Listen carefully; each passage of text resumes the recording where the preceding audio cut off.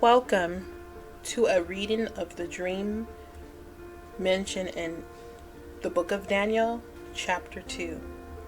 Now, this is the dream that Daniel was able to tell King Nebuchadnezzar, king of Babylon, while being in captivity under his rule. The dream was given to Daniel by God. Verse 31. Thou, O king, sawest and beheld a great image. This great image, whose brightness was excellent, stood before thee, and the form there was terrible. This image's head was of fine gold, his breast and his arms of silver, his belly and his thighs of brass, his legs of iron, his feet part of iron and part of clay. Verse 34. Thou sawest till that a stone was cut out without hands, which smote the image upon his feet that were of iron and clay, and brake them to pieces. Verse 35. Then was the iron, the clay, the brass, the silver, and the gold broken to pieces together, and became like the shaft of the summer threshing floors, and the wind carried them away, that no place was found for them. And the stone that smote the image became a great mountain that filled the whole earth. Verse 36. This is the dream, and we will tell the interpretation thereof before the king. Thou, O king, art a king of kings, for the God of heaven hath given thee a kingdom, power, and in strength and glory.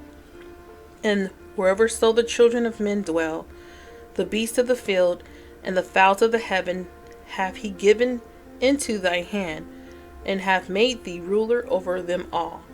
Thou art this head of gold. And after thee shall arise another kingdom inferior to thee, and another third kingdom of brass, which shall bear rule over all the earth. Verse 40. And the fourth kingdom shall be strong as iron, forasmuch as iron breaketh into pieces, and subdueth all things. And as iron that breaketh all of these, shall it break into pieces and bruise. And whereas thou sawest the feet and toes, part of potter's clay and part of iron, the kingdom shall be divided, but there shall be in it of the strength of the iron, forasmuch as thou sawest the iron mixed with miry clay. Verse 42. And as the toes of the feet were part of iron and part of clay, so the kingdom shall be partly strong and partly broken. And whereas thou sawest iron mixed with mere clay, they shall mingle themselves with the seed of them, but they shall not cleave one to another, even as iron is not mixed with clay. Verse 44.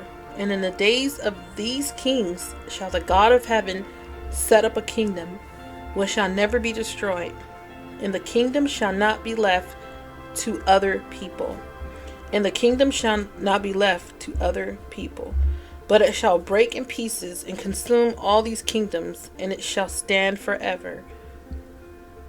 Forasmuch as thou sawest that the stone was cut out of the mountain without hands, and that it brake the pieces, the iron, the brass, the clay, the silver, the gold, the great God hath made known to the king what shall come to pass hereafter.